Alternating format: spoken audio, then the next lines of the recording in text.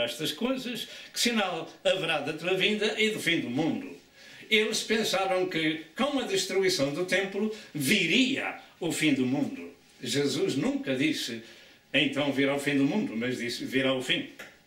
O fim de quê? O fim da pregação do Evangelho, o fim da hora da graça para que as nações gentílicas ouvissem, crescem e fossem salvos pelo sacrifício de Jesus. Nesta altura devemos ter em conta que nas Santas Escrituras existem palavras de Deus diretas aos seus servos. Existem palavras de Cristo aos seus servos e não só aos seus. Existem palavras de Satanás a Deus e de Satanás aos homens. Existem palavras de homens a homens e de homens a Deus, etc. E que é preciso compreender no contexto o que os homens falam e as respostas que Deus dá. A pergunta dos discípulos naqueles três aspectos incluía o fim do mundo, mas de notar que no grego esse fim do mundo significa fim da era. Aquilo que está escrito em nossa língua significa fim da era e não fim do mundo. Significa fim de um tempo e não fim do mundo. A resposta de Jesus sobre este aspecto da pergunta não inclui, portanto, o fim do mundo, mas sim o fim, como acabamos de ouvir também no verso 14, e depois virá o fim. Este fim que Jesus referiu, como disse, não é o fim do mundo, mas sim o fim do tempo, da era da graça, fim da dispensação. Até porque após esse tempo da pregação do Evangelho a todas as nações, viria o arrebatamento da Igreja e a grande tribulação e ainda o milénio de Cristo com o seu reino na terra, dando fim à oração do Pai Nosso que diz, venha o teu reino. Mas esse reino não é espiritual. Esse reino é tanto espiritual como literal. O reino de Deus não é comida nem bebida, mas é paz, alegria, justiça, etc. no Espírito Santo.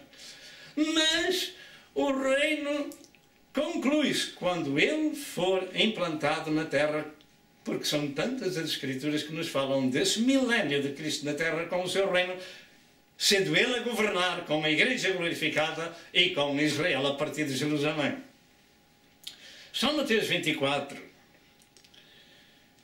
Nós temos ali vários tempos que revela todo o tempo da pregação aos gentios. Também o tempo do arrebatamento da Igreja. Temos o tempo da tribulação, da grande tribulação, e o tempo da volta de Cristo para a terra.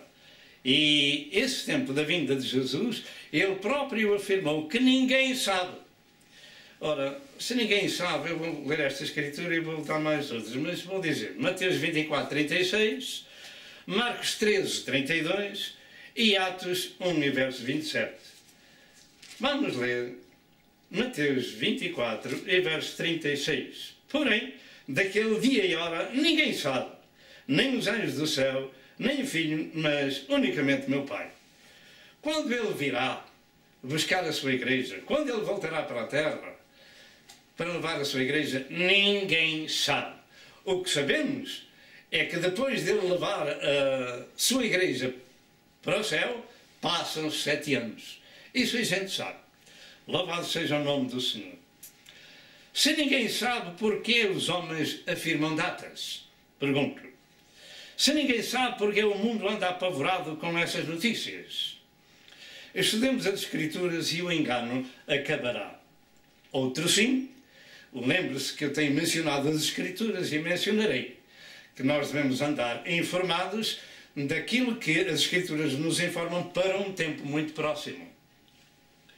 Segundo as Santas Escrituras, não há homem algum que possa afirmar uma data dos acontecimentos bíblicos sem que sejam enganadores. Outro sim, podemos dizer que os tempos das hecatombes apocalípticas estão próximas, mas não há nas Escrituras datas exatas para estes acontecimentos, como acabamos de ler. Ninguém sabe, somente meu Pai. O calendário maia não é o calendário de Deus. Nostradamus não é um profeta de Deus. Segundo lugar, as dores que Jesus afirmou. Na resposta que Jesus deu aos seus discípulos, incluía também um tempo de enganadores disfarçados de Cristo, de guerras, fomes, pestes, terremotos em vários lugares, mas que tudo isso era o princípio de dores. Mateus 24, 4 a 8. E isto é o que estamos vendo na história recente. E é o tempo de vigilância espiritual, porque eu creio que este é o prelúdio dos graves problemas que vêm a caminho. Também os pregadores do Evangelho seriam odiados e haveria muita traição e escândalos, e falsos profetas enganando a muitos, e abundância de iniquidade e amor esfriado nos crentes, como diz em Mateus 24, 9 a 12. E isto é o que a história dos nossos dias nos apresenta. Mas, mesmo com as guerras e rumores de guerras de toda a sorte e sofrimento, ainda não é o fim. Mateus 24, verso 6. Finalmente, o fim da era, o fim da dispensação, viria quando todo o mundo fosse evangelizado. Mateus 24 e verso 14. Este evangelho do reino será pregado em testemunho a todas as gentes e então virá o fim. Não é o fim do mundo, mas sim, o fim da era da graça de anunciar o evangelho a todo o mundo. Era o fim e não o fim do mundo. E a história comprova o cumprimento da profecia da seguinte forma. Primeiro, o sofrimento primitivo do cristianismo nos primeiros 3 séculos. Segundo, o sofrimento com a Inquisição Católica Romana pela Ordem de São Domingos. Terceiro, as guerras mundiais e outras guerras. As fomes, em quarto lugar, as pestes que têm acontecido no mundo. Quinto, os terremotos e tsunamis que têm surgido no mundo, como na Indonésia, no Chile, no Haiti, no Japão, etc. Tudo isto é o cumprimento da profecia. E por isso, os cristãos sabem que estas coisas têm sido as dores que o Senhor Jesus Cristo falou. Como serão as dores? Lembramos-nos nós, ultimamente, da tragédia do Japão, do terremoto e do tsunami. Mas possivelmente já estamos esquecidos daquele da Indonésia que levou cerca de 300 mil pessoas. E do Chile, e do Haiti. Meus amados, estas coisas estão escritas, teriam que acontecer. E para nós, cristãos de Cristo, são avisos sinceros de Deus. Terceiro lugar, a evangelização do mundo. Esta ordem divina de Cristo já está em prática desde que Ele incumbiu os seus servos a partir do dia de Pentecostes até aos nossos dias e continua. E de por todo o mundo, e pregar o Evangelho a toda a criatura. Aquele que crer e for batizado será salvo, e aquele que não crer será condenado. Marcos 16, 15 e Mateus 28 e verso 19. Hoje, mais do que nunca, o Evangelho está sendo anunciado em todo o mundo. Atualmente, ele está sendo ministrado através da rádio, televisão, satélites, internet, etc. E é tempo de a Igreja saber que esse fim da era da graça está próximo e que Jesus breve virá arrebatar a sua noiva ao céu. Vejamos a segunda parte desta exposição bíblica. O que acontecerá após o arrebatamento da Igreja?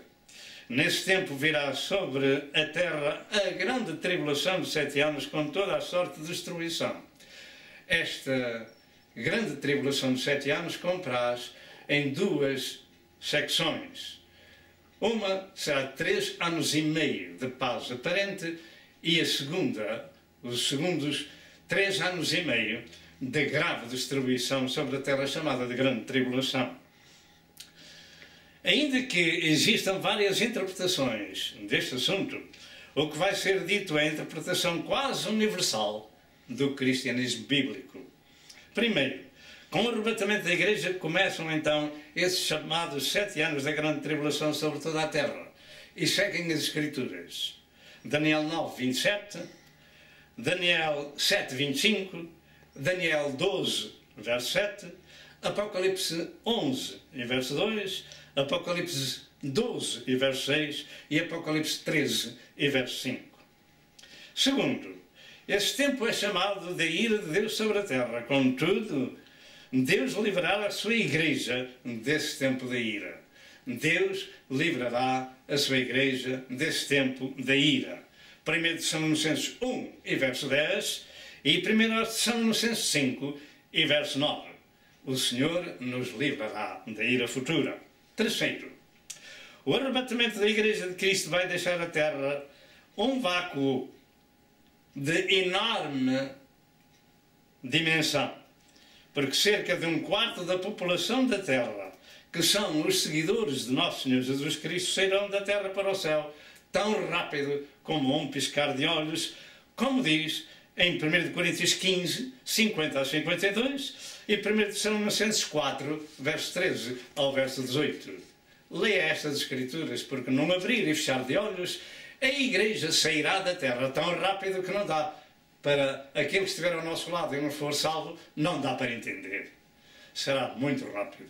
Quarto, por essa razão, eu não preciso de mencionar que os acontecimentos catastróficos de desastres sem conta em todo o mundo irão deixar um caos no mundo com grande devastação, como nas estradas, no ar, nos hospitais, nas empresas, nos governos, etc, etc. Todos nós podemos imaginar.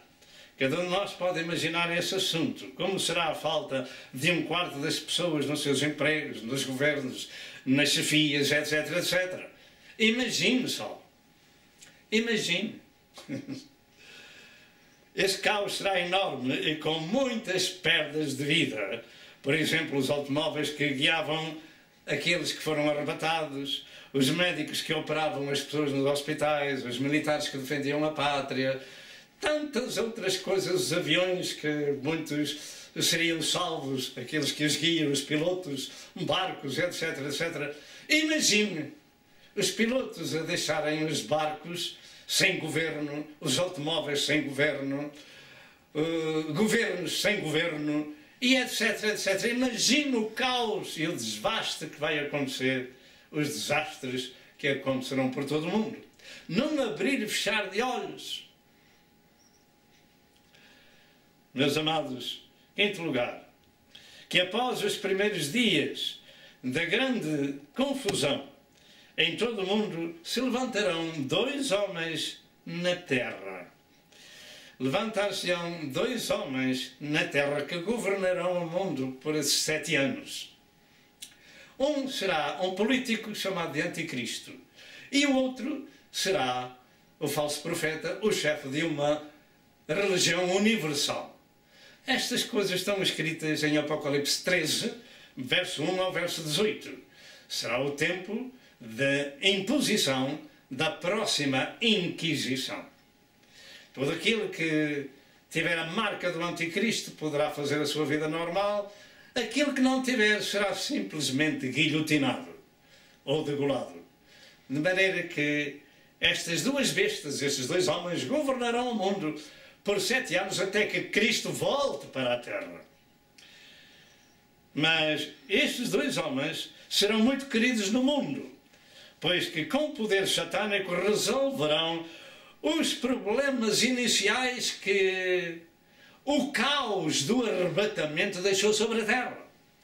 Com o poder satânico, estes homens vão resolver os problemas mundiais e depois de 3 anos e meio acabará essa paz enganadora no mundo.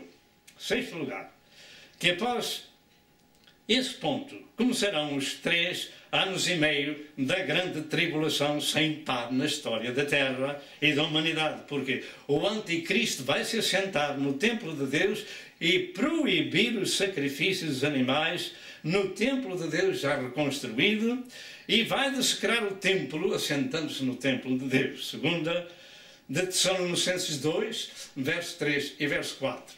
Aqui ele vai dizer aos judeus que é o seu Deus, o seu Messias. E aqui começa o problema dos judeus, que ainda existem sobre a terra, e o problema das nações. Porque vai haver então o tempo dos desastres narrados, das pragas sobre a terra, narrados no livro do Apocalipse.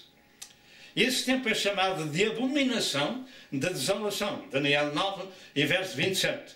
Mateus 24 e verso 15. Marcos 13 e verso 14. Então começará na terra o tempo da ira de Deus.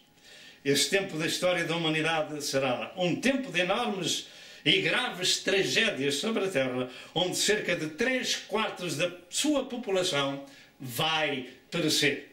Com todas as guerras, com todas as lutas, com todas as pragas. Meus amados, mas ainda não é o fim do mundo. Naturalmente eu não vou estar a descrever por causa do tempo. Sétimo lugar, que em Mateus 24, verso 15 ao verso 35, Jesus descreve um tempo de grande angústia na terra, como nunca houve, nem jamais haverá, como diz o verso 21 e o verso 22. E se aqueles dias não fossem abreviados, nenhuma carne se salvaria, mas mesmo assim não é o fim do mundo. Cerca de 3/4 da população do mundo vão desaparecer da terra, é isto que a Bíblia nos narra. De maneira que devemos estar avisados que estas coisas podem acontecer de um dia para o outro. Entretanto, eu creio que estas coisas só começarão a acontecer após o arrebatamento da Igreja e no meio da semana da grande tribulação. Em suma, não existe nas Escrituras dia algum predito de que o fim do mundo aconteça e tampouco o fim da era da graça acabe em dia específico, mas num tempo específico. E este Evangelho do Reino será pregado em testemunho a todas as gentes e depois virá o fim. E enquanto houver pregação do Evangelho na terra pela Igreja do Senhor, isso não acontece. O arrebatamento não toma lugar. Jesus não virá buscar a sua Igreja, nem a semana da grande tribulação entrará em ação. Pelo que nem as notícias do calendário maia, nem os homens que escrevem e fazem filmes, nem os assuntos de Nostradamus, nem qualquer criatura, são da parte de Deus para dar fim ao mundo em dezembro de 2012, mas sim enganos humanos. Uma coisa é certa, estas coisas que estão dizendo ao mundo, elas um dia terão que acontecer, mas dia, hora, mês ou ano, ninguém sabe, como já foi dito pela boca de Jesus. Sétimo lugar, as tragédias sem par na história do planeta e sinais do segundo advento. Para quem tem conhecimento das Santas Escrituras e particularmente no aspecto profético, sabe que um dia as tragédias do Apocalipse irão tomar lugar, mas antes haverão sinais específicos.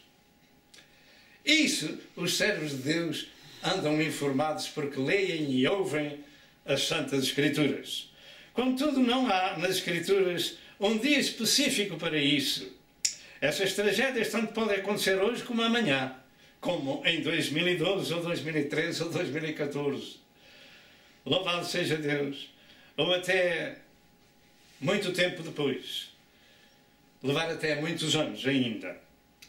Uma coisa é certa, Jesus, os profetas e os apóstolos deixaram vários sinais evidentes que precederiam o próximo evento que estamos falando. E depois do evento, do arrebatamento da Igreja de Cristo, até à conclusão do seu advento, vindo Cristo para a Terra. Voltemos a Mateus 24, 3, que diz: diz-nos quando serão estas coisas e que sinais haverá da tua vinda, etc. Vejamos alguns sinais que precedem o evento. Primeiro, viram enganadores, guerras, fomes, pestes, terremotos, ódio aos cristãos, tormento e morte de cristãos, escândalos nas igrejas e traição de irmãos, aparecimento de falsos profetas e multiplicação da iniquidade. Mateus 24, 4 a 13. Isto tem acontecido em muitas gerações, particularmente nesta em que estamos vivendo. Tudo isto está acontecendo no mundo inteiro. Será que nos esquecemos das guerras? E particularmente de duas guerras mundiais? das fomes, das pestes que têm lastrado o mundo. Quando, eu uso dizer, quando não toca na nossa pele, não damos valor ao assunto, nem nos lembramos. Mas de vez em quando vemos alguma coisa pela televisão daqueles coitadinhos pequeninos e grandes na África que só têm pele e osso a morrer nos braços das mães. E quando a gente vê isso, dizemos: Senhor, obrigado pelo pão de cada dia que nos concedes, obrigado pela salvação das nossas almas, pelo perdão, pela cura, pela saúde que o Senhor nos concede. E tenhamos um espírito de benignidade, orando por essas almas ao Senhor, e façamos algo que esteja ao nosso alcance em prol desses corações. Portanto, tudo isto tem acontecido e alastrado o mundo. E nós estamos vendo e contemplando estas coisas. Será que já nos esquecemos dos terremotos do Haiti, do Chile, da Indonésia e do Japão, onde centenas de milhares pereceram? Ah, certamente, não tocou a nossa pele, de maneira que nem a nossa família, de maneira que muitos já andam esquecidos deste assunto. E isto é o cumprimento das Sagradas Escrituras, porque Jesus afirmou que estas coisas viriam num tempo específico, tempo das dores. Os tsunamis que seguiram, barcos que ficaram nas ruas, casas, milhares delas que deixaram de existir, até a central nuclear do Japão. Ninguém mais pode ali viver com muitos quilómetros ao redor. Porquê? Porque as pessoas ficariam contaminadas e morreriam. Estas coisas são sinais da vinda do Senhor. Portanto, serão o princípio de dores, e as dores são as tragédias do Apocalipse. Mas no tempo da grande tribulação, não só o terremoto, que será o maior da história, todas as cidades da terra irão cair e as ilhas desaparecerão com tsunamis que irão surgir. E esta parte eu vou ler em Apocalipse 16. Apocalipse 16, verso 17 ao verso 19, diz a Escritura: E o sétimo anjo derramou a sua taça no ar, e saiu grande voz do templo do céu, do trono, dizendo: Está feito. Você viu no princípio aquele quadro daqueles anjos tocando as 7 trombetas? Eu vou ler de novo. E o sétimo anjo derramou a sua taça no ar, e saiu grande voz do templo do céu, do trono, dizendo: Está feito. E houve vozes e trovões e relâmpagos e um grande terremoto como nunca tinha havido desde que há homens sobre a terra. Tal foi este tão grande terremoto. Um terremoto como nunca houve. E tem havido terremotos que têm levado centenas de milhares de pessoas, particularmente na China. Mas haverá um tão grande terremoto como nunca houve desde que há homens na terra. Você gostaria de ficar para esse tempo? Não queira ficar para ver o efeito, porque poderá não resistir. E o verso 19 diz: E a grande cidade fendeu-se em 3 partes, e as cidades das nações caíram. E as cidades das nações caíram. Todas as cidades das nações vão cair por terra com esse terremoto. Tal vai ser o desvaste pelo mundo inteiro. E da grande Babilónia se lembrou Deus para lhe dar o cálice do vinho da indignação da sua ira.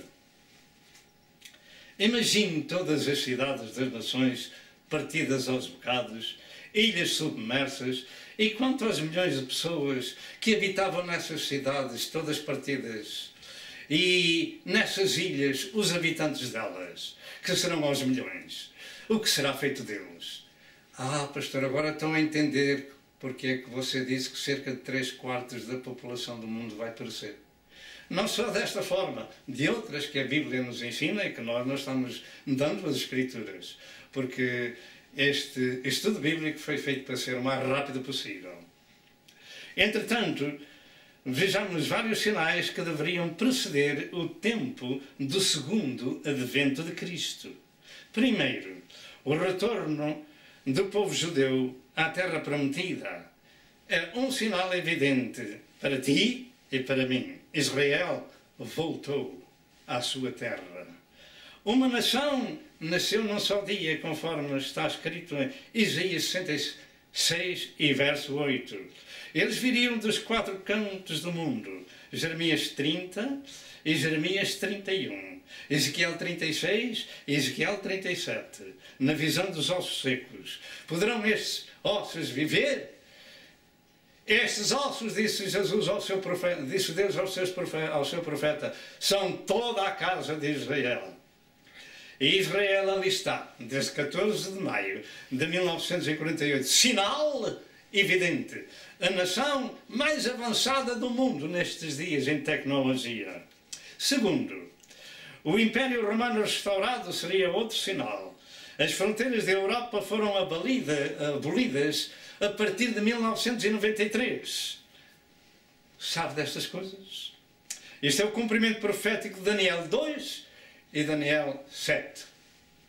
Para a preparação do governo mundial e o estabelecimento futuro do reino de Cristo na Terra.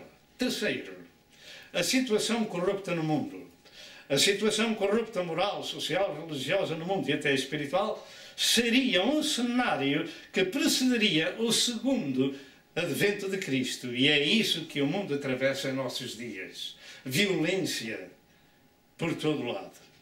E Jesus disse que a sua vinda seria precedida de uma vida semelhante aos dias de Noé. Lembramos-nos que nos dias de Noé o Senhor enviou um dilúvio à terra em que destruiu tudo. Só ficaram 8 pessoas, a família de Noé, para a terra se desenvolver outra vez na população humana. Mas não seria somente como nos dias de Noé. Ele disse que seriam como nos dias de Lot. Isto está escrito em Lucas 17, 26 a 30. Olhe ao seu redor e compare o nosso mundo atual com há 50 anos atrás. Hoje, a vida dissoluta de Sodoma e Gomorra até se infiltrou nos governos e em todo o tipo de vida que o mundo tem. O Senhor virá num tempo assim. E nós estamos vivendo nesse tempo. Acorde que são sinais do evento e do advento. Ao fazer este estudo, eu pensei em falar mais tempo, mas assim será muito melhor que você leia as Escrituras em casa e procure uma igreja local na sua área e procure saber o que fazer para evitar os problemas gravíssimos que vêm sobre todo o mundo. Olha, não queira ficar para aquele terremoto. Não queira ficar, porque as nações... pastor, você acha que isso será literal? Tanto acho como diz a Sagrada Escritura. As cidades das nações caíram. Isto vai acontecer. Que fazer ao termos conhecimento destas coisas? Finalizando. Solução para evitar as tragédias ao contemplarmos os acontecimentos. Eles são o prelúdio do segundo advento de Cristo. São o princípio de dores, e eu pergunto como serão as reais dores. O dia das tragédias está chegando. A única solução está em nosso Senhor Jesus Cristo. Ele disse, eu sou a luz do mundo, e quem me seguir não andará em trevas, mas terá a luz da vida. João 8 e verso 12. Cristo é a nossa solução.